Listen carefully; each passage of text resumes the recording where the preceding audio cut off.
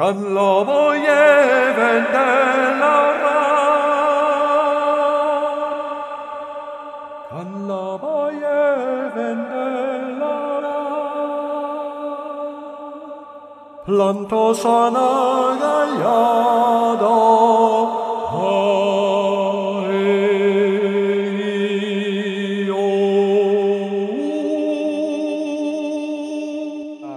a tratar de otro de los aspectos de la ciencia de los sacramentos, de cómo se fueron desarrollando y cómo han ido terminando de formarse, ¿no? Porque en un principio era una cuestión muy sencilla, pero luego se fue realmente integrando en distintos aspectos esotéricos, herméticos y de carácter iniciático, ¿no? Como ya vimos al principio de los misterios, ¿no? Los sacramentos, podemos decirlos, también son los misterios, ¿no? Bien, vamos a dar hoy el sacramento del matrimonio y vamos a ver todos sus aspectos en cada una de sus facetas y cómo se fue integrando toda la cuestión de convertirse en un sacramento, ¿no? En algo sagrado, un elemento importante para toda la religión cristiana y toda la religión judía, ya que nuestro origen pues viene de la tradición judía, ¿no? Lo primero que tenemos que entender es que este sacramento del matrimonio viene especificado pues en lo que nosotros conocemos con la Biblia y comienza en el Génesis, ¿no? En la creación del ser humano, ¿no? Y de ese Génesis en el que se habla explica simbólicamente la creación del hombre y de la mujer, ¿no? Y es a partir de estos textos con los que se desarrolla este sacramento del matrimonio, ¿no? Bien. La tradición primera, fundamental, en la cual se fundamenta pues, todo este conocimiento, se lo tenemos que traer pues, a la tradición judía, en la que es algo que debe ser sagrado, ¿no? Una unión sagrada y duradera. ¿Por qué se plantean esto? Por el Génesis, ¿no? En el Génesis 2:24 dice que el hombre dejará a su padre y a su madre para unirse a la mujer y se convertirán en una sola carne, ¿no? Por lo tanto, es un mandato de Dios y es un mandato de la divinidad. Es decir, que el matrimonio es algo sagrado, ¿no? Y luego, en Éxodo 22, 16, 17, en la tradición judía se habla del compromiso y el deber moral en el matrimonio. El matrimonio se estipula en la tradición judía como algo que está relacionado con Dios y que Dios es algo que impuso y colocó a la humanidad como algo importante, ¿no? Y por eso cuando se dice que se crea de la costilla de Adán a Eva, ¿no? Dice, la mujer es creada a partir del hombre, simbolizando una conexión esencial. Dejar a la familia, ¿no? Es un acto de dejar a la familia de origen, enfatiza el comienzo de una nueva unidad. Es decir, cuando uno deja a su familia para formar otra familia, se puede decir que comienza realmente la sociedad. La sociedad comienza con esa unión, ¿no? Y unirse como uno, ¿no? Ese es el concepto, pues, de la Torá, de la tradición del Antiguo Testamento. La Torá son los 5 libros sagrados del Antiguo que nosotros conocemos como el Antiguo Testamento. Toda esta enseñanza está basada, pues, en esas primeras leyes que salen tanto de manos del Génesis, ¿no? Como de las tablas de la ley que trae Moisés y marca la ley de Moisés, ¿no? Estos textos sagrados son algo que la tradición judía lleva de una forma bastante diferente a lo que se pueda creer, ya que dentro del judaísmo, como ya dijimos, hay muchas ramas y cada rama pues ha ido adaptándose, ¿no? comprender el matrimonio en la Torá, ¿no?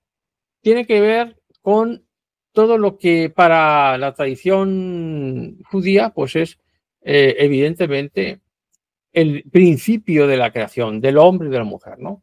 Entonces el matrimonio para ellos es algo santo, la santidad del matrimonio, tienen la prohibición del divorcio, ¿no? Derechos y responsabilidades, ¿no? Importancia de la familia y creación del matrimonio. Todo ello lleva a que el matrimonio tenga unas normas muy estrictas en la tradición judía y sobre todo en base a las leyes del Antiguo Testamento, de la Torah, ¿no? De esos del Antiguo Testamento. Por eso el rito del matrimonio en la tradición judía es puramente simbólico y esotéricamente pues marca un proceso en el que este matrimonio va a formar parte de la comunidad judía, va a formar parte de una nueva, se puede decir que se forma la sociedad en ese momento, y comienza en tres partes, ¿no? Se divide en tres formas para poder nosotros formarse lo que es el matrimonio.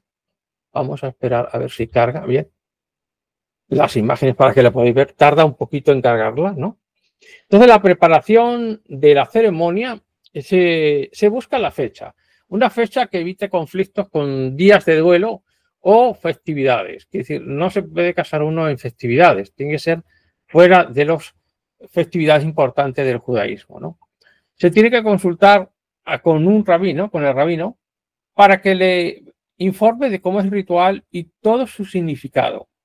Porque aunque sea todo hecho de una forma ritual, tiene un lenguaje que va a simbolizar las leyes y las normas que van a regir, ¿no? Y luego se tiene que obtener una documentación. Esta documentación, el ketubá, ¿no?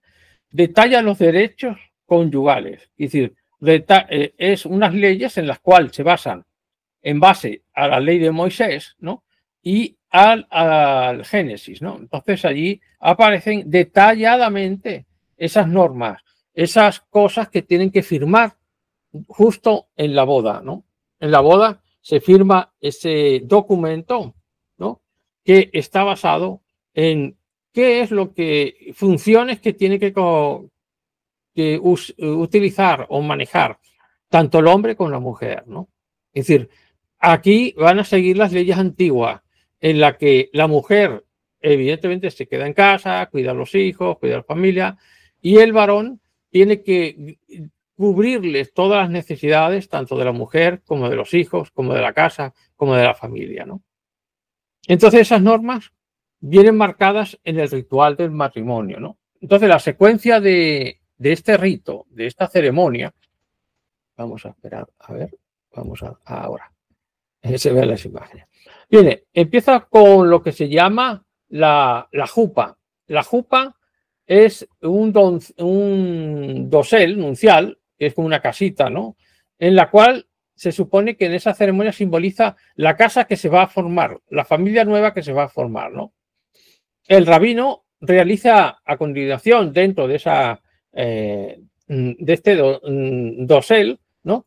Las bendiciones con oraciones, con peticiones, ¿no? Y a continuación de las distintas oraciones ritualísticas que se dan, hace recordar la importancia del matrimonio, ¿no? Y a continuación la pareja se intercambian los anillos, ¿no? Como símbolo del compromiso. A continuación de entregarse eso, se firma el contrato matrimonial, la ketubá, y es en esa ketubá donde se van a marcar totalmente las normas en las que se va a regir el matrimonio. ¿Qué normas, de qué manera, de qué forma, ¿no? Es algo que sucede de esta manera, ¿no? A continuación hay ese rito del romper el vaso, ¿no? Porque simboliza la fragilidad de la felicidad. Es decir, para que la felicidad funcione correctamente, se tienen que cumplir unos parámetros que hacen recordar que no se tienen que olvidar, no se tienen que abandonar, porque si no realmente pues viene la infelicidad, ¿no? Aquí tenemos ese ritual del vaso.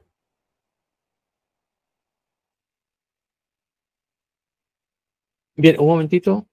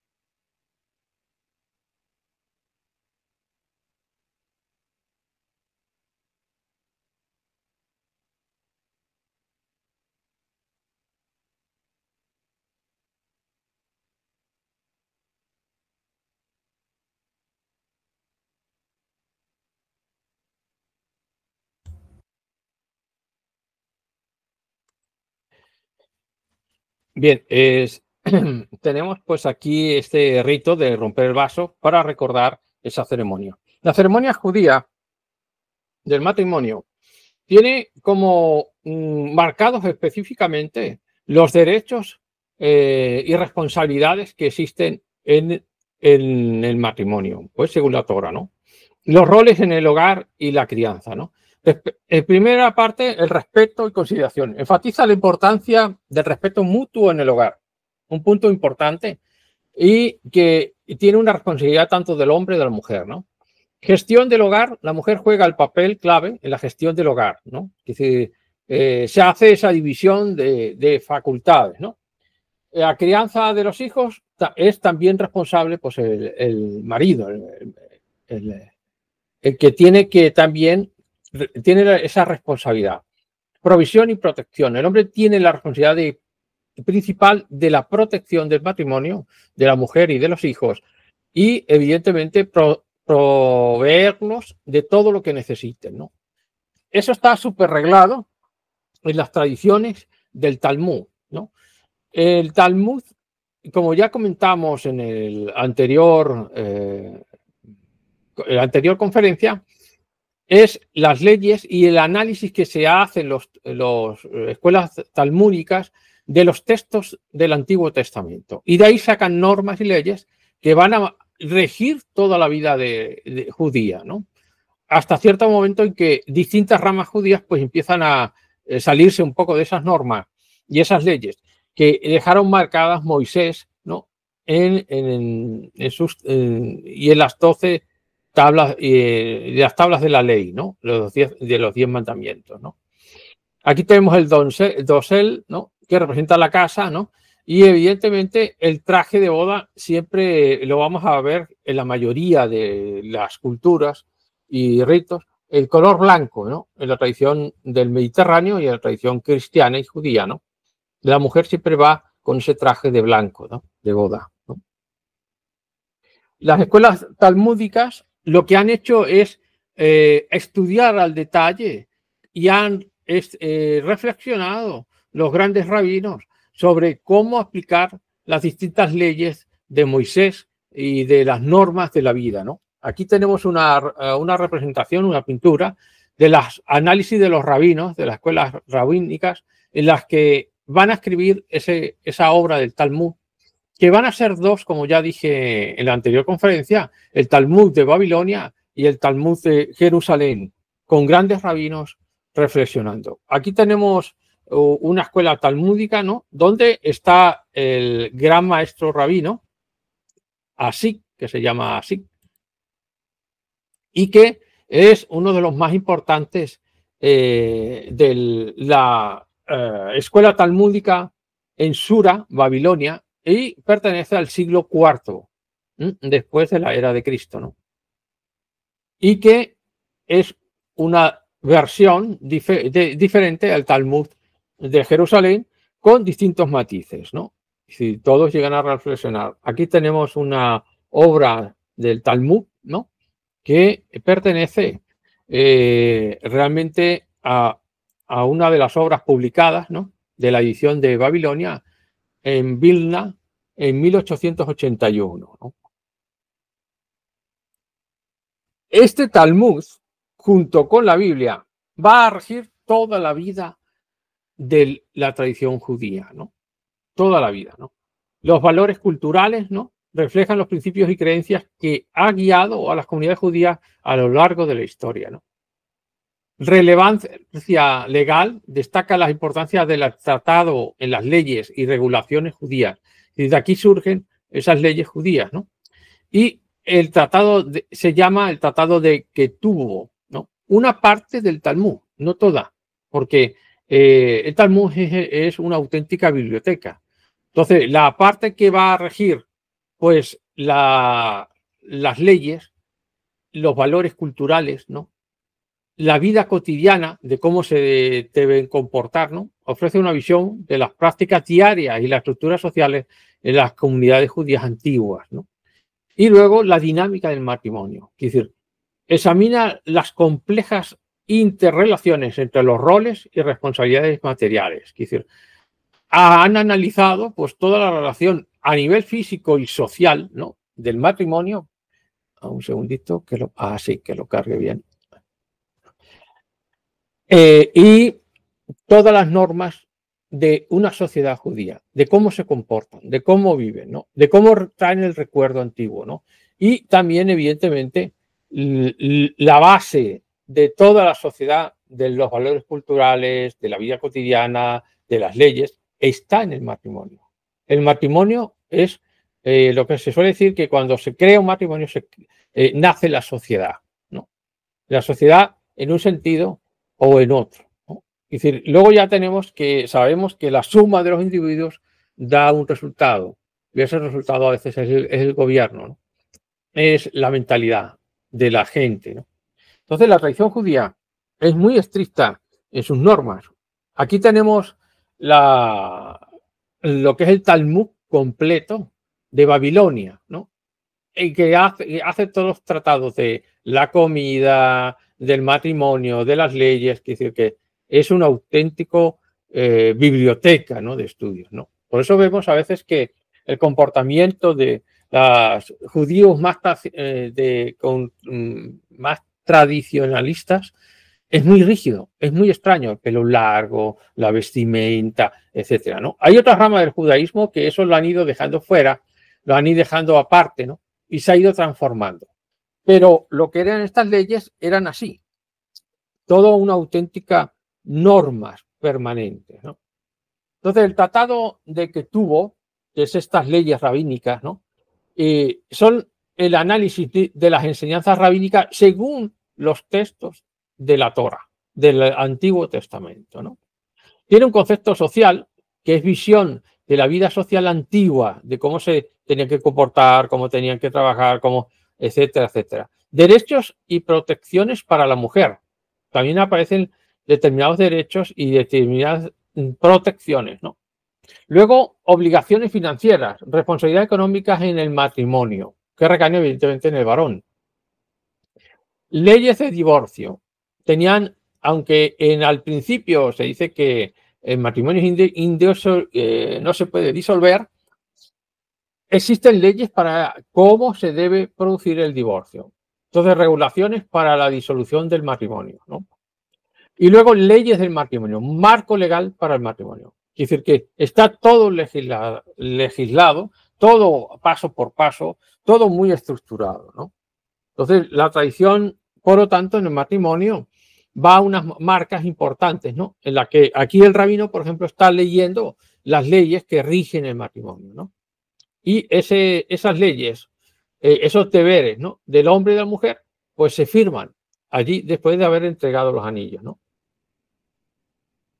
El Ketubot tiene un significado cultural en la importancia de la tradición y cultura judía. Es decir, apoyan y fortifican esa tradición para entender, ¿no?, todo este complejo mundo de esas relaciones éticas, ¿no?, principios morales que guían las relaciones económicas, sociales, del matrimonio, de la familia, es decir, que lo regulan todo, ¿no? aspectos legales, ¿no? El marco que proporciona la Ketubah, es decir, todas las leyes que van a regir la sociedad judía, ¿no? El contrato matrimonial que detallan los derechos y deberes, ¿no? Es otro de los aspectos de este tratado de Ketubah, ¿no? Que es uno de los tratados que está dentro del Talmud, ¿no? Y eso, como hemos visto, los derechos y deberes, ¿no? Vamos a poner lo que se vea. Bien, aquí tenemos cómo todo se enlaza en la cultura judía. Por un lado, tenemos el significado cultural que hemos visto, el Ketubah, que es el contrato matrimonial donde aparecen los derechos y deberes, ¿no? Los derechos y deberes y obligaciones de los cónyuges, ¿no? De cada uno, ¿no? El aspecto legal ante las leyes, ¿no? Y las reflexiones éticas, ¿no? Los principios morales que guían esta relación. Porque esto marca que si la persona incumple alguno de estos aspectos, pues tiene el problema de enfrentarse ante las leyes, ¿no? Por eso vemos que son leyes muy rígidas, ¿no? El sábado no se trabaja, etcétera, etcétera, ¿no? Como veremos luego cómo estas cosas con la venida de Jesús pegan un gran cambio, ¿no? Aquí tenemos pues el rito de romper el vaso, ¿no? Simbolizando esa delicada situación y equilibrio que se tiene que tener en el matrimonio para que no se pierda la felicidad, ¿no? Luego, en la estructura del tratado matrimonial, eso que firman los dos, ¿no? En un lado está estructurado de tal manera, derechos de la mujer, derechos económicos y protecciones en divorcio. Protecciones también le dan protecciones en caso de divorcio. El divorcio, procedimientos legales y condiciones de validez del divorcio, ¿no? Tiene unas leyes y unas normas muy rígidas. Se procura que no se llegue al divorcio, pero si se llega, pues ahí ya todo estipulado, paso por paso, ¿no? El Ketubah es, en realidad, aparecen los elementos del contrato. Cumplimiento de las condiciones, ¿no? Los testigos y la validación, quiere decir que tiene que haber unos testigos válidos, ¿no? Para que sean aprobados en matrimonio. Y la validación del Ketubah también es la firma del contrato, cada uno de los pasos. Es decir, que haya un rabino, que se firme ese contrato después de la entrega de los anillos y que se cumplan esos derechos. Por lo tanto, en la tradición judía sí que existe el divorcio, pero con unas condiciones determinadas, ¿no? Muy legales. Bien, aquí tenemos una hoja del Talmud, ¿no? El Talmud, en realidad, es esta parte central que aparece aquí. Bien, este es el texto del Talmud. Este es el texto, ¿vale? Todo lo que vemos alrededor son apuntes de distintos rabinos famosos que hacen un análisis de por qué de este escrito, ¿no? Entonces el Talmud está así, está lleno de anotaciones, ¿no? De distintas anotaciones. Es decir, por eso hay muchas leyes, muchas normas en la cuestión de la comida, en la cuestión del traje, de cómo se tiene que recibir a una persona, bueno, hasta el último detallito, ¿no? Entonces, las leyes del matrimonio, para comprender del Ketubah, que es el contrato de matrimonio, ¿no? Las directrices legales para que el matrimonio en la tradición judía, para que sea legal, ¿no? Tiene que cumplir unas normas. Derechos de las mujeres, ¿no? Derechos y protecciones para las mujeres en el matrimonio, ¿no? Es decir, todo lo mide lamentablemente por la cuestión del dinero, como vamos a ir viendo, ¿no? El fondo es una cuestión económica, ¿no? Obligaciones financieras, ¿no? El matrimonio, pues, también el marido tiene que cubrir todas esas necesidades. Y condiciones del divorcio, términos y condiciones para la disolución del matrimonio. Es decir, tiene que cumplir exactamente unos trámites y unos procesos en los cuales al final, lamentablemente, es el marido el que le da el divorcio a la esposa, aunque la esposa lo pida, ¿no? Tiene que ponerse de acuerdo, con lo cual, pues casi no existe, casi, ¿no? No se entiende de esa forma o manera, ¿no? Bien, aquí tenemos una imagen de un divorcio, ¿no? En lo cual están los rabinos, están analizando, ¿no? Y que esta mujer, según las noticias, llevaba 6 años pidiendo el divorcio hasta que ya al final el marido cede y llega al acuerdo de ese divorcio, porque en ese divorcio el marido, que ha sido el que ha incumplido las leyes, pues tiene que costear económicamente a la esposa, ¿no? La perspectiva de la Torá sobre el divorcio, ¿no? Permiso de divorcio. Dice, la Torá reconoce la posibilidad de divorcio bajo ciertas circunstancias. Como hemos dicho antes, tienen que ser los dos los que accedan o quieran ese divorcio. Ahora, vale, que se vea bien. Cautela. Dice, la Torá enfatiza que el divorcio no debe tomarse a la ligera, que no es simplemente porque el señor ronque, ¿no? O por cualquier cosa banal, ¿no? Sino tiene que haber hechos reales, ¿no? La Torá promueve el matrimonio como un compromiso duradero. En principio, tal como dice el Génesis y los textos del Deuteronomio, etcétera, es indisoluble en el sentido de que es una unión sagrada. Por lo tanto, tiene que haber un motivo, ¿no? Real, importante. Y lo marcan muy estrictamente estas leyes, ¿no? Y tiene que ser como último recurso, ¿no? La Torá sugiere que el divorcio debe ser el último recurso. Es decir, entonces se tiene que intentar arreglar, se tiene que buscar las maneras, ¿no? Y que eso sería lo último, ¿no? Porque para ellos el matrimonio y la familia es la base de la sociedad judía. Si eso se disuelve, si eso se parte, pues realmente lo que haces es romper a la sociedad judía, ¿no? Romper las tradiciones, ir en contra, un poquito así, ¿no? Es la forma, ¿no? Este es el famoso documento, ¿no? De la Torá, ¿no? El documento del compromiso, ¿no? Donde ya vienen redactadas las normas de la Torá, ¿no? Del Talmud, perdón, y ahí, delante de todo el mundo, firman este acuerdo, ¿no? Este documento, y ya a partir de que se ha firmado, realmente, pues, se puede decir que es un matrimonio. Mientras que no se firme, pues no es aceptado ese matrimonio. ¿Qué pasa en el cristianismo? Cuando llega Jesús, bueno, pues hay un cambio tremendo, ¿no? Hay una cosa que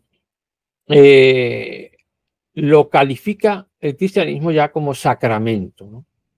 No solo como matrimonio, sino como a un sacramento dentro de los ritos. En la tradición judía, un matrimonio es la unión de dos personas, ¿no? Bajo las leyes y de carácter divino y tal, pero no se lo tiene como un paso importante en los sacramentos, ¿no? Los sacramentos, como para ellos el más importante, la circuncisión, ¿no? Que es cuando se vuelve uno judío, ¿no? Para ellos. Y a partir de ahí, pues son normas. No hay una cosa estipulada como sagrada, sino solamente las fiestas, ¿no? La tradición de las fiestas.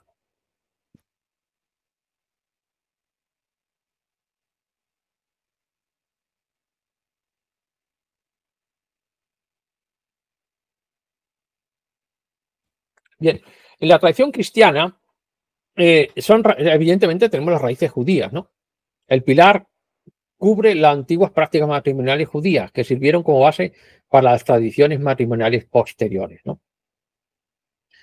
Se trae de allí varias cosas. Una, que el matrimonio es algo sagrado, se basan evidentemente del Antiguo Testamento, del Génesis, ¿no? Pero ya no se van a basar en las leyes de Moisés. Es decir, las leyes de Moisés las rompe, las quita, por decirlo de alguna manera, Jesús, el Cristo, ¿no? Cuando viene Jesús, hace un cambio, ¿no? Porque le acusan a Jesús de que se saltan las leyes. Bueno, si nosotros estudiamos el Nuevo Testamento, nos damos cuenta que, como ya dije en la otra conferencia, rompe con la tradición judía, ¿no? Va rompiendo con la tradición judía del sábado, de curar a los enfermos, de curar a los leprosos, porque para ellos los leprosos pues era un castigo divino y que tenía que ser alejado de la sociedad, ¿no? Cuando Jesús viene y los cura, ¿no? Es decir, tiene el poder de curar eso que ellos califican de que es un castigo de Dios, ¿no? Y por eso tenían la lepra, ¿no? En cambio, pues Jesús lo que hace es romper esa estructura mental de tradición judía, ¿no? Y entra en conflicto totalmente con las leyes de Moisés, ¿no? Y va a poner un nuevo cambio, ¿no? Tiene en la tradición católica, pues hay un desarrollo teológico. Este pilar destaca la evolución de la comprensión teológica del matrimonio durante la Edad Media. Si la Edad Media empiezan a analizar la importancia del matrimonio, porque hasta ese momento pues lo tomaban también como la tradición judía, pero llega un momento que dice, no, no, aquí hay algo más, no, esto es más importante. Cuando se comienza a estudiar profundamente todos los textos de la vida de Jesús, de los relatos de los apóstoles del Nuevo Testamento, entonces se dan cuenta que hay una ruptura radical y que hay un concepto nuevo en la cuestión del matrimonio. También afecta a los cambios sociales, ¿no? El pilar se centra en las transformaciones sociales que ha dado forma a la interpretación moderna del matrimonio. Entonces, se intentan acoplar un poco a esos cambios del concepto del matrimonio en la edad moderna también, ¿no? Y luego tiene una influencia cultural, ¿no? Este pilar examina el impacto de los cambios culturales en la práctica y percepción del matrimonio, ¿no? Entonces, entendemos... Hay algo por ahí que no veo. A ver, vale. Bien. Por lo tanto, para el cristianismo se va a convertir el matrimonio en un sacramento, en algo sagrado que se tiene que ritualizar. En esta parte del matrimonio interviene, evidentemente, las leyes que Jesús fue remodelando y cambiando respecto a la tradición de Moisés, ¿no? Y a la tradición judía antigua. La comprensión teológica del matrimonio se basa en las enseñanzas de Jesús. Las enseñanzas de Jesús sobre el matrimonio enfatiza su carácter sagrado e indisoluble de la Iglesia. Se basan también las citas de Jesús cuando afirma, del Génesis, afirma la unión divina del matrimonio. Es decir, Jesús cita al Génesis de que la unión del hombre y la mujer es se convierte en un solo ser, en una unidad completa, ¿no? Y en el Evangelio de Mateo. El Evangelio de Mateo documenta las enseñanzas de Jesús sobre el matrimonio. Y allí marca, pues, las normas específicas de esto. Por lo tanto, el matrimonio se va a ir convirtiendo a través de la historia en un sacramento de los más importantes que va a ir marcando ese objetivo, ¿no? En el ceremonial católico del matrimonio va a intervenir unos elementos muy importantes. El primero, la conexión emocional central entre la pareja, el amor. Es decir, que el principio del amor ya no es el matrimonio por cuestiones económicas, familiares, etcétera, etcétera, como sucedía en la tradición judía, ¿no? Que era eran acuerdos entre familias, ¿no? Para que las personas se casasen, ¿no? Aunque no hubiera amor, sino que se convirtiera ese matrimonio en algo que uniera a dos familias, a dos familias ricas o de dinero, ¿no? Y que eso también ocurría al principio en el cristianismo, ¿no? En las tradiciones. Lo vemos en los casamientos de los reyes, de los emperadores, para unir naciones o imperios, ¿no? Bueno, pues era una cuestión de acuerdos, ¿no? Comerciales, ¿no? Casi, como vemos en la tradición judía cuando hacen ese contrato matrimonial, ¿no?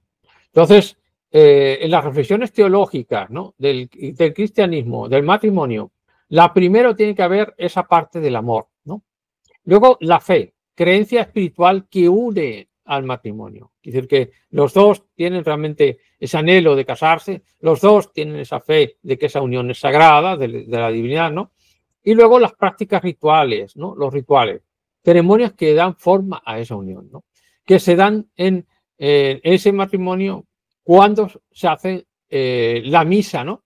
Y en la misa misma se hace esa ceremonia, igual que la primera comunión, que el bautizo, que la confirmación, el matrimonio es el siguiente paso después de la confirmación, ¿no? Y evidentemente, como ya hablamos de la confesión, ¿no? Que la confesión es a partir de la primera comunión, ¿no? Y que va a regir toda la existencia, ¿no? Pero que igual que en eso se realiza esa confesión antes de la unción, antes de la misa, ¿no? Pues el matrimonio también se realiza dentro de la misa, ¿no? Entonces se hacen costumbres, tienen tradiciones en cada país, tienen una forma, un fórmulo, una fórmula específica, distinta, un poco diferente de un sitio a otro, pero en realidad la ceremonia es la misma, ¿no? Y una adaptación, la capacidad de evolucionar con el tiempo. Quiere decir que el rito y las ceremonias pues se van perfeccionando o se van ampliando en la historia, en la tradición. Por lo tanto, el matrimonio empieza siempre como una relación de pareja, de amor, ¿no? No hay ningún contrato en medio. En la tradición cristiana no aparece ese contrato que se tiene que firmar, sino simplemente pues se dan el si quiero en la ceremonia, ¿no? Aquí tenemos, pues se celebra como una boda, pues ante el altar, ¿no? Los novios se les presentan ante el altar porque realmente es un sacramento importantísimo que van a compartir con toda la comunidad, van a compartir con todos los familiares, amigos, ¿no? Porque es algo sagrado e importante, porque van a formar parte de la sociedad también cristiana y que se va a encuadrar en uno de los procesos importantes, ¿no? El matrimonio fue evolucionando en el tiempo, ¿no? Se hace realmente con sacramento importantísimo en el Concilio de Trento. Ya decíamos que el Concilio de Trento es una respuesta a la separación de la Iglesia de los protestantes, ¿no? Y de Lutero. Lutero acusa a la Iglesia de muchas cosas que incluso afecta a esta cuestión del matrimonio. Y, por lo tanto, reafirman que el matrimonio se convierte y se definió como un sacramento dentro de la Iglesia, ¿no? Y la importancia teológica, el significado espiritual y religioso del matrimonio, la parte sutil, la parte mística y de esta cuestión del matrimonio y los requisitos y reglas para el matrimonio, ¿no? Se regula, ¿no? Se hacen normas, ¿no? Y una celebración pública para demostrar pues que ese matrimonio es algo legal y sagrado. Entonces, por lo menos se realiza, pues evidentemente, en un templo con las puertas abiertas a todo el público, ¿no? A todo el mundo, ¿no? Que quiera entrar a la iglesia para ver esa ceremonia, ¿no? No son los familiares, los amigos, sino que es un rito abierto, ¿no? Y se hace una bendición, evidentemente, de la boda, ¿no? Es un ceremonial importante. Por lo tanto, empieza realmente el matrimonio como contrato social al principio, ¿no? Porque se copia un poquito la tradición judía. El matrimonio se ve principalmente como un acuerdo social y económico al principio, ¿no? Luego, la Iglesia le da un enfoque espiritual y enfatiza que el matrimonio como un sacramento espiritual, basándose en los estudios, evidentemente, de los textos de Jesús, ¿no? Y de la referencia que hace Jesús al Génesis, ¿no? Y a otros apartados en los cuales habla del matrimonio, ¿no? No olvidemos que el primer milagro que hace Jesús es en la boda de Canaán, donde se le dice que ya no hay vino, ¿no? Que se ha acabado el vino, ¿no? Y que ordena a Jesús que se llenen unas tinajas con agua y las convierte en vino. El vino ha simbolizado varios aspectos.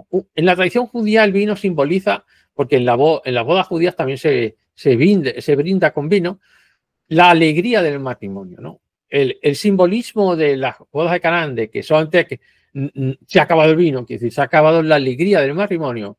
Jesús es el que da esa capacidad de volver a transformar las situaciones en felicidad. Si transformar el agua en vino es transformar esa situación de ese matrimonio, del matrimonio, en algo realmente divino, ¿no? Porque estamos en esas bodas de Canaán, evidentemente es una boda judía, ¿no?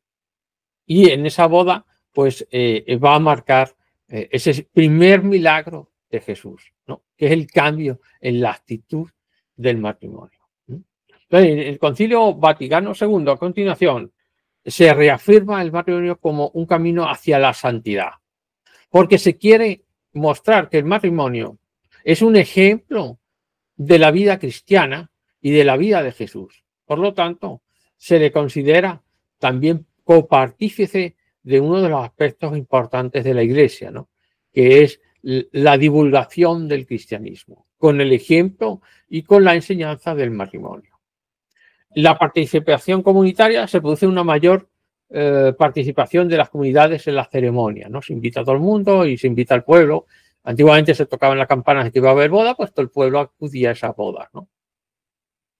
Y una de las cosas que sucedía antiguamente, que prohibió la Iglesia, que fue los matrimonios en secreto. Es decir, hubo matrimonios que se realizaron ocultos, ¿no? Un cura los casaba y ya estaban casados en secreto. Prohibió esa actitud porque, como es un sacramento, tiene que ser visible a todo el mundo, ¿no? Y la personalización de la ceremonia. Le dan un aspecto más formal, más importante, se centra todo en la pareja. Entonces, la propia pareja puede personalizar algún aspecto dentro del ceremonial de la liturgia, ¿no? Y decir, pues eso, que se decore de flores, que se haga primero esto que lo otro. Tienen un medio de mover el ritual en lo más básico, ¿no? Lo que no es importante, ¿no? Pero la base tiene que ser la misma, exactamente, ¿no? Bien, aquí tenemos de la catedral la representación de este primer milagro de Jesús, que es la transformación del agua en vino, ¿no? Para que se siga esa felicidad, se siga sirviendo el vino en la boda, ¿no? Entonces, esto pertenece a la catedral de Oviedo, ¿no? Que está en el altar mayor, ¿no? El sacramento, como símbolo del sacramento del matrimonio, en las bodas de Caná, ¿no? Está en el retablo mayor de la catedral de Oviedo, ¿no? La representación. Vemos aquí a Jesús ordenando que las tinajas se llenen de agua para convertirlas en vino y seguir, pues, la ceremonia festejando con el vino, ¿no? Bien, el matrimonio se va a ir adaptando un poco a las circunstancias, ¿no? Entonces, en la revolución industrial hay una innovación económica y la urbanización, es decir, las grandes ciudades, ¿no? Se forman unas reformas legales, ¿no? En las cuales se establecen los gobiernos, ¿no? Establecen los gobiernos esa cuestión de los derechos del hombre y de la mujer en igualdad, ¿no? Es decir, empiezan a caer esas dictaduras en las cuales a la mujer, pues, la tienen relegada, ¿no? Pues, de alguna manera, sino que se van adaptando, ¿no? Esas reformas legales, también los movimientos por los derechos de las mujeres, ¿no? Y los cambios sociales del siglo XIX. Eso hace que el matrimonio sea algo más dinámico y que la mujer participe más en todo lo que es ese diseño y ese equilibrio, ¿no? Entonces, los derechos individuales, enfoque de la libertad personal, igualdad en el matrimonio, ¿no? Libre en la elección del cónyuge, ¿no? Énfasis en el amor y reconocimiento de la Iglesia. Es decir, la Iglesia empieza a adaptarse un poco a estos cambios, ¿no? En sus partes más lógicas, ¿no? Que es la igualdad, ¿no? Y que evidentemente el matrimonio tiene que ser algo basado en el amor, no en intereses familiares, en obligaciones de los padres. Es decir, es la libertad de la pareja, ¿no? De tener, casarse con aquella persona realmente que uno siente amor, que está y que va a convivir con ellos. Por lo tanto, el matrimonio se hace libre, ya no tiene ataduras, ¿no? Sino que es con plena libertad de presentarse al matrimonio unido en esa cuestión de la fe, del amor, ¿no? Y evidentemente de la igualdad de derechos, ¿no? Del hombre y de la mujer. Entonces, el sacramento del matrimonio en el siglo XXI tiene grandes desafíos modernos, porque evidentemente la Iglesia intenta mantener la estructura real de la fe, ¿no? Y esa fe está basada en la creencia de que el matrimonio es indisoluble hasta cierto momento, ¿no? A unas normas que puso evidentemente Jesús cuando habló sobre el matrimonio. Se le da una naturaleza de sacramento, evidentemente, ¿no? Y hace que la Iglesia pues entre un poco en reflexión para que este sacramento sea lo más libre posible, pero evidentemente adecuándose a esas normas que ellos tienen. Por lo tanto, el matrimonio es algo sagrado, es algo que está especificado en el Génesis y está remarcado por Jesús, ¿no? Entonces, el desarrollo que se va produciendo en la cuestión del matrimonio empieza en los orígenes de la tradición judía, ¿no? En la interpretación en el Nuevo Testamento del cambio de norma que hace Jesús, ¿no? En el desarrollo de la teología en la Edad Media, que hace un estudio realmente del Nuevo Testamento, del Antiguo Testamento, y entonces empieza a poner las claves de que es un sacramento y que tiene unas normas bastante marcadas y que se necesita que ese matrimonio realmente, para que no tenga problemas, que realmente es un matrimonio basado en el amor, ¿no? Y metido también en el contexto moderno, con lo cual las obligaciones son para la pareja, son para los dos. Ya no hay una separación, no hay una desigualdad entre el marido y la esposa, sino que ellos comparten ese concepto de igualdad, ¿no? Ese cambio. Y luego, pues ahora tienen los desafíos contemporáneos, en los cuales están luchando pues, para mantener un poco la estructura antigua y la base de la fe cristiana, ¿no? Y evolución del matrimonio sacramental, a un sacramento, ¿no? De una evolución de matrimonio a sacramento, a algo sagrado, ¿no?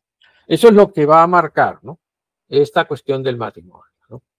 Entonces, para que se comprenda esto, el cristianismo refleja varias cosas, ¿no?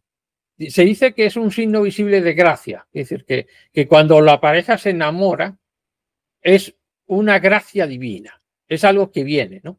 Y que hace que haya una unión en la pareja, ¿no? Y que marque también un camino hacia la felicidad, ¿no? En esa unión, ¿no? Formación de una familia en la fe cristiana, ¿no? Un camino hacia la santidad, porque ya marcan que el matrimonio es un camino para llegar a la santidad, ¿no? Y es el reflejo de Cristo y de la Iglesia. El reflejo de un cristiano que lo que está haciendo realmente, vamos a ver que se marque bien. Así, vale. Va a ser la imagen, primero, del sentido del cristiano y de caminar por la vía del Cristo, ¿no? Ese es el matrimonio. Y la Iglesia, ¿no? Es decir, la Iglesia y Cristo son el enfoque en que se va a ver esa familia, ¿no? Cristiana, ¿no? Con lo cual es una combinación de elementos que va a hacer que el camino del matrimonio sea un acto de santidad también, ¿no? Por lo tanto, cuando el sacerdote les bendice, bendice y les hace comprometerse ante la Iglesia y ante Dios, pues el respeto mutuo y el trabajo, ¿no? El proceso evidentemente es muy parecido al rito judío, pero hay algunos cambios, ¿no? El primero es que hay una preparación al matrimonio. Ya llevan tiempo pues haciendo los cursillos matrimoniales para explicarles todos los conceptos de por qué el matrimonio es sagrado, de dónde viene, evidentemente todo el aspecto teológico para que se entienda realmente dónde una persona se va a comprometer, ¿no? El ritual de celebración, ¿no? La ceremonia se lleva a cabo en una iglesia con un sacerdote, ¿no? El intercambio de los votos, ¿no? Los novios expresan amor y compromiso mutuo entre unos y otros, ¿no? Se hace el intercambio de los anillos, ¿no? Y a continuación se hace la bendición nupcial. En medio de antes de la bendición nupcial se entrega una cosa que se llama las arras, ¿no? Que realmente es un símbolo de la riqueza, ¿no? Suelen ser 13 monedas de oro o de plata, ¿no? que se entrega el marido a la esposa y luego la esposa al marido para simbolizar que se va a compartir la riqueza en todos los sentidos, ¿no? Y termina así la bendición nupcial, ¿no? Entonces, el matrimonio realmente es un elemento de que en los votos, ¿no? Se dice que hay fidelidad, ¿no? Un manejo de las finanzas conjuntas, ¿no? Un apoyo en la salud y en la enfermedad, ¿no? Una fidelidad, compromiso de ser leal, ¿no? El respeto, ¿no? Compromiso de honrarse mutuamente y el amor incondicional, el compromiso de amar incondicionalmente, ¿no? Es así, pues, como estas fotos se realizan antes de ponerse los anillos y a la vez que luego se pueden poner, según en cada sitio, la entrega de las jarras, ¿no? Esas 13 monedas, ¿no? Aquí está simbolizando ese texto, ¿no? Que se lee, ¿no? De compromiso, ¿no? El sacerdote pues entrega los anillos, ¿no? Y las 13 monedas, sean de oro o sean de plata. Y luego la bendición. Por lo tanto, en esta liturgia, uno de los elementos que llama mucho la atención es ese sistema de entregar, ¿no? De entregar las arras, que es un rito antiguo, no es cristiano. Eso lo introdujeron aquí, en la península ibérica, los romanos, de la tradición romana, porque era un símbolo de las bodas del Imperio Romano, ¿no? Entonces la tradición dice, esta tradición tiene su origen en Oriente y los romanos fueron quienes la introdujeron en España hasta su conquista. Antiguamente se relacionaba con la dote que el novio pagaba por la esposa, dice que le pagaba ese dote, ¿no? por casarse con él, ¿no? De hecho, no se consideraba válido un matrimonio sin la entrega de las arras, ya que se considera una garantía, ya que forman parte de este pago, ¿no? Entonces esas monedas siempre eran pues de oro, de bronce, ¿no? Dice, las arras son 13 monedas de oro o plata del mismo tamaño que simbolizan la unión de la pareja y el deseo de prosperidad y la promesa de compartir los bienes del matrimonio. Cada una de estas monedas representan un mes del calendario, al que se añade una moneda adicional como símbolo de la generosidad de compartir con los menos favorecidos, ¿no? Esta última moneda antiguamente solía ser de bronce o un material de inferior calidad que las otras 12. Entonces, era un símbolo de que, aparte de lo que iban a compartir el matrimonio, pues realmente era un símbolo de recibir esos bienes, ¿no? Dice, el rito de la entrega de las arras al sacerdote es un momento precioso en el que dar protagonismo a los más pequeños de la familia. Pero, bueno, recomienda que tener cuidado porque a veces se caen, ¿no? La madre de la novia nos contaba, bueno, un relato de lo que pasó. El sacerdote bendice las arras y se las entrega al novio, que las dará a la novia, quien las recibe con las manos abiertas. Posteriormente se produce el mismo gesto, pero en este caso es la novia quien le ofrece. Existen dos alternativas en función del rito elegido. En el primero, rito romano, ambos dirán el nombre de su pareja, seguido de recibir estas arras como prenda de la bendición de Dios y signo de los bienes que vamos a compartir. En el rito hispano, el cónyuge que entrega dice el nombre de su pareja, seguido de estas arras te doy en señal de matrimonio, y quien las toma dice yo las recibo. Es decir que el rito pues cambia un poquito en esta cuestión, ¿no? Entonces los niños llevan estas arras al altar, ¿no? Es en el altar donde el sacerdote las bendice, ¿no? Y entonces es uno de los símbolos de la tradición del Imperio Romano que luego cogió la Iglesia Católica, porque era un rito entre los paganos, ¿no? Como símbolo pues, de pagar la dote, ¿no? A la familia. Bien, en el rito de la Iglesia copta, aquí la liturgia es parecida, ¿no? La liturgia del matrimonio, ¿no? La pareja se presenta a la congregación y al sacerdote. Existe el intercambio de anillos como símbolo de compromiso y la coronación. En este rito se ponen unas coronas encima de la cabeza de la pareja, ¿no?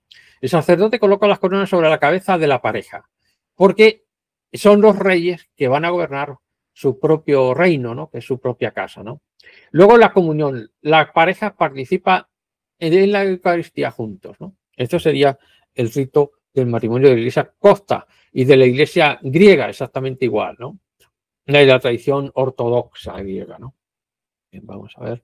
Aquí tenemos la copta, ¿no? Con los trajes, las cruces coptas, en la cual la pareja pues se va a preparar para la ceremonia, ¿no? Aquí tenemos la coronación en la que se le han coronado, le han puesto las coronas y leen encima de ellos el texto del matrimonio, ¿no?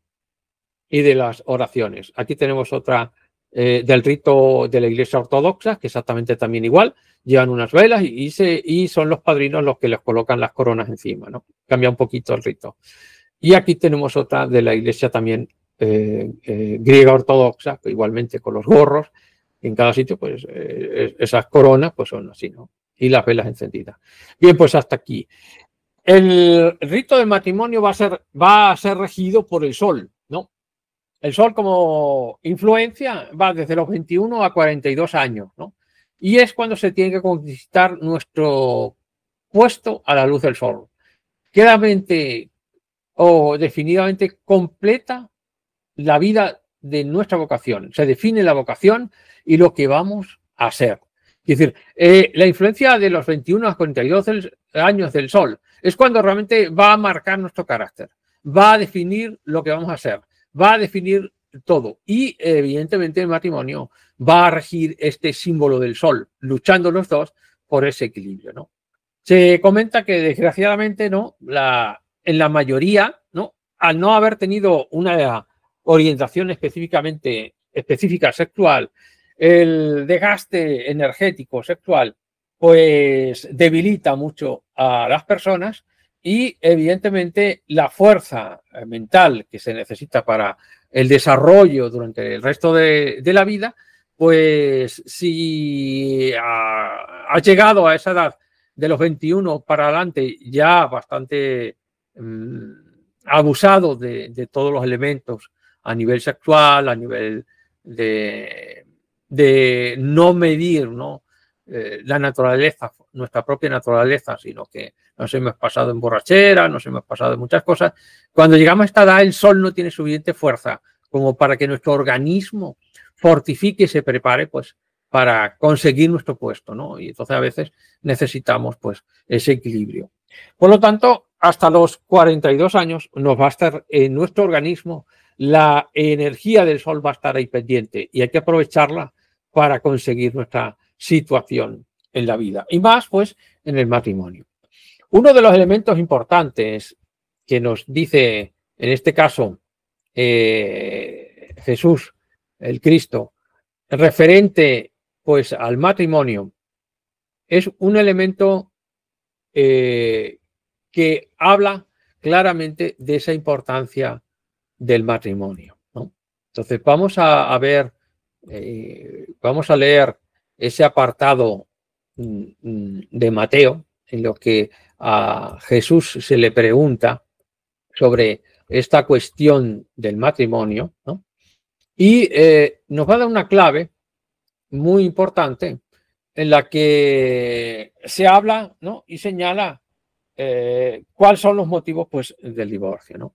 Dice que Jesús nos habla de esto del matrimonio en Mateo 10, 1, 12, ¿no?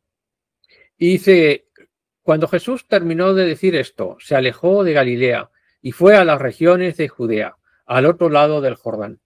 Grandes multitudes lo siguieron y él los sanó allí.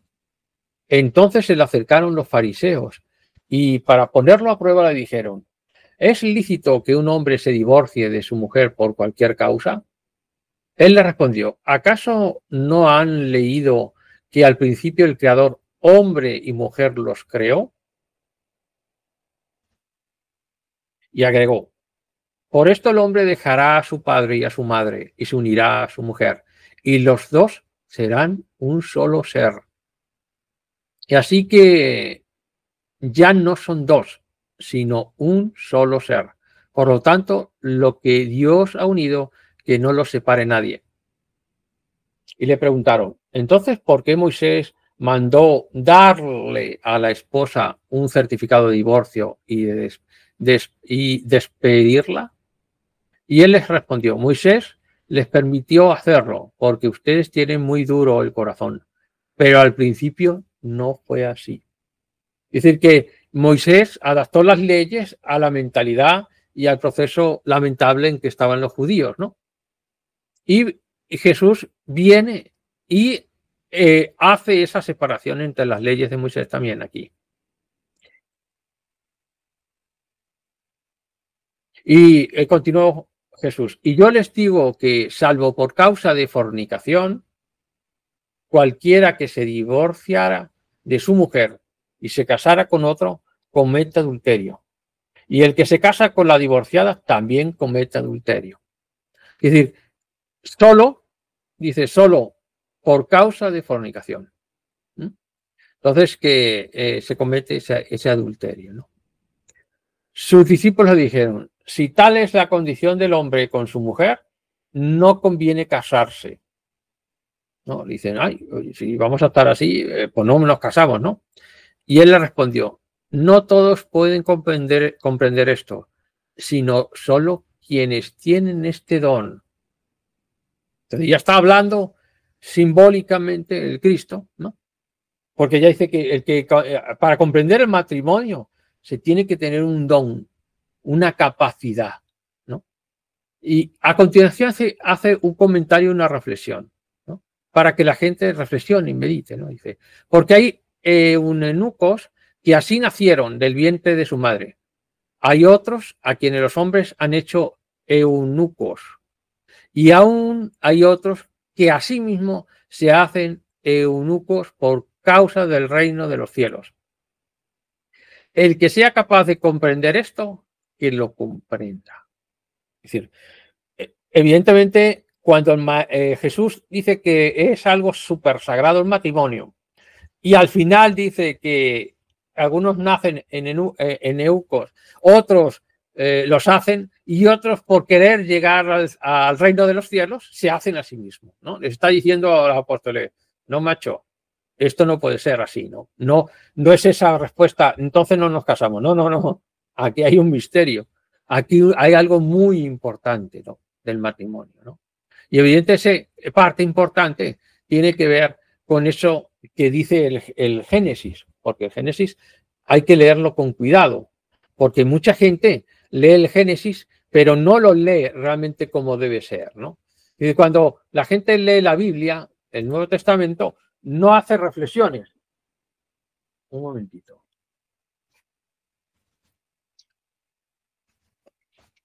A ver, un segundito que voy a leeros este apartado importante, porque mucha gente no cae en esta cuestión.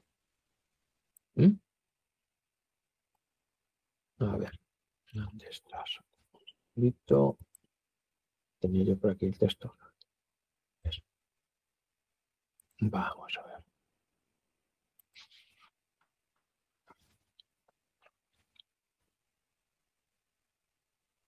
A ver. A ver.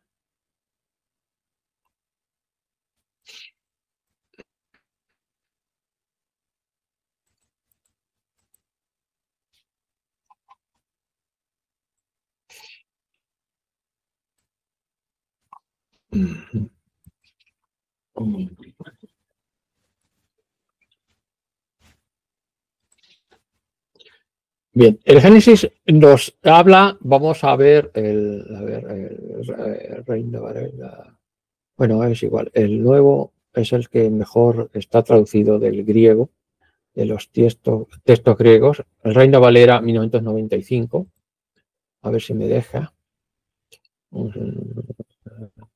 Vale. Nada. Vale, vamos a ver. En Génesis dice, creó los cielos y la tierra.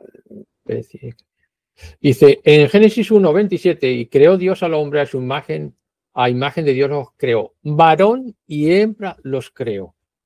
Y daros cuenta que está hablando en plural, con lo cual no nos está diciendo que Adán, ¿no? Que al hombre que creó, pues los creó con ambas, varón y hembra los creó, ¿no? Esto surge en el sentido de que el principio simbólico del hombre era esa doble polaridad masculino-femenino, ¿no? Luego es cuando más tarde dice que el hombre está solo, ¿no? Un segundito. A ver. A ver. Dice varón y hembra los creo, ¿no?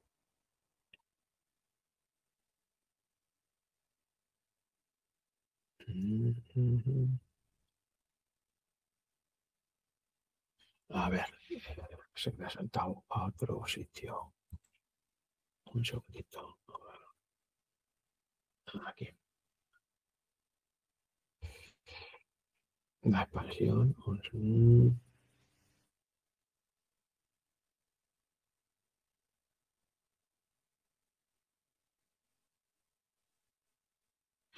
Y dijo, sí, en Génesis 26, entonces dijo Dios, hagamos al hombre a nuestra imagen, conforme a nuestra semejanza, y que se enseñoree de los peces del mar, en las aves de los cielos, en las bestias, en toda la tierra y en todo animal que se arrastra sobre la tierra.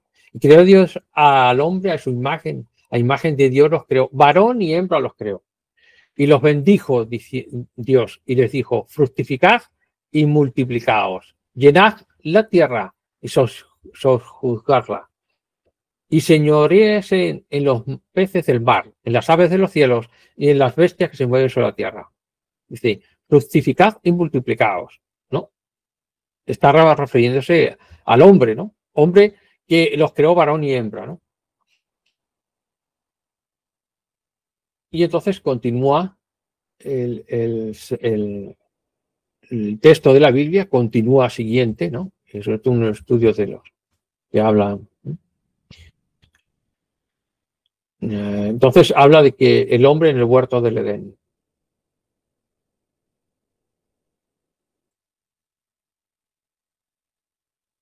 Y en el Génesis, el número Génesis 2, ¿no?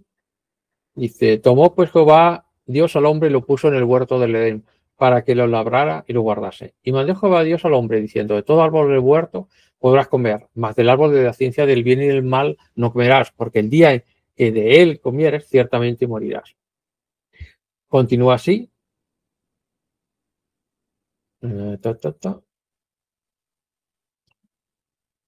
Dice en el Génesis 2, 21, entonces Jehová Dios hizo caer sueño profundo sobre Adán, y mientras éste dormía tomó una de sus costillas y cerró la carne en su lugar. Y de la costilla que Jehová Dios tomó del hombre hizo una mujer y la trajo al hombre. Y dijo entonces Adán, esto es ahora huesos de mis huesos y carne de mi carne. Esta será llamada varona, porque del varón fue tomada. Por tanto, dejará el hombre a su padre y a su madre, y se unirá a su mujer, y serán una sola carne. Y estaban ambos desnudos, Adán y su mujer, y no se avergonzaban. Es decir, que en el Génesis primero, en el Génesis 1, pues crea al hombre varón y hembra, y le dice, ala, multiplicaros, ¿no? Esto es algo que los cabalistas han estado estudiando y hablan de que hubo una raza anterior a nosotros en que en ellos mismos tenían ese aspecto divino de hombre y mujer internos, ¿no? De lo masculino femenino hecho carne dentro de ellos, ¿no? Por lo tanto, en el tiempo se supone que en la tradición separan ambos sexos, es decir, se van separando esos sexos, por eso se dice que se saca a Eva, ¿no? De la costilla de Adán, de la varona, ¿no? Y que por eso, cuando se vuelve a unir en matrimonio, es la formación de nuevo de ese primer hombre, ¿no? Perfecto, que es lo masculino y femenino unido, ¿no? Y que les manda a procrear. Por eso Jesús hace referencia a este versículo del Génesis 2, 20 algo, 21, no sé, no mal recuerdo, en el que dice que se tiene que salir de la familia y formar su propia familia, ¿no? Y que hombre y mujer unidos serían un solo ser y que es indisoluble. Solo por causa de fornicación se da el divorcio, ¿no? Según, pues, el texto de Jesús. Es así, pues, el símbolo del matrimonio, de esas almas separadas, esas almas gemelas que andan por el mundo perdidas y que a través de ese misterio del amor, porque es un misterio, por mucho que los científicos empiecen a hablar, que si es una aceptación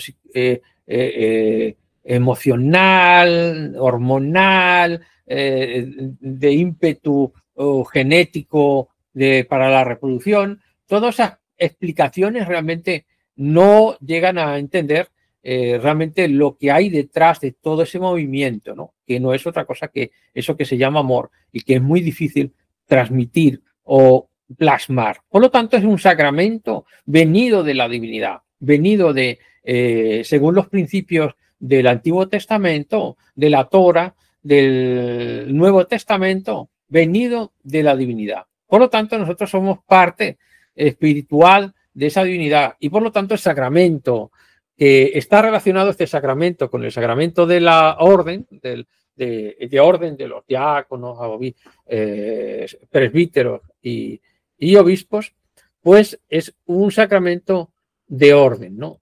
De ejemplo hacia la sociedad, es decir, la sociedad cristiana, de la vida cristiana, y que evidentemente a través del matrimonio pues se llega a la santidad, se puede llegar pues a esos misterios, ¿no? Y ahí Jesús nos habla del que tenga entendimiento, que entienda esa parábola, ¿no? Que hay un misterio dentro de ese secreto, que no es otra cosa que realmente ese matrimonio perfecto, ese matrimonio que debe ser iluminado por el amor, por la felicidad, y que tiene el objetivo, combinado con el sacramento de la confesión, ¿no? Que viene a perfeccionarnos, ¿no? Como decíamos, en ese ceremonial de ayudarnos a salir de nuestros estados equivocados, ¿no? A comprenderlos, a eliminarlos, ¿no? Pues evidentemente el matrimonio pues, viene a ser un elemento también importante en el sacramento, ¿no? Y que viene a representar a esa unión, a esa vuelta hacia la divinidad, hacia realmente el origen primero, ¿no? De ese regreso al Edén, ¿no? A ese Edén familiar, a ese Edén del matrimonio, ¿no? Seguirnos con las leyes, pues evidentemente de la castidad, porque ahí cuando se habla de evidentemente de los misterios que oculta el matrimonio, pues nos están hablando también de ese misterio de la fuerza, del sol que tiene que brillar dentro de nosotros, ¿no? Entonces, en el matrimonio es donde se va a verificar la santidad de nuestro proceso, de nuestro camino, ¿no? Porque es un camino que debemos andar para irnos perfeccionando, para irnos saliendo pues, de la mecanicidad, del hastío material, ¿no? Que reina por todas partes y que evidentemente el matrimonio tiene que vibrar con otra energía, con otra fuerza, ¿no? Bien, pues evidentemente todo el trabajo de estos sacramentos van llevándonos paulatinamente a los principios del Cristo, de los poderes del Cristo, ¿no? Y que evidentemente el matrimonio cristiano se convierten en mensajeros, en misioneros de la fe cristiana y de la enseñanza del Cristo, ¿no?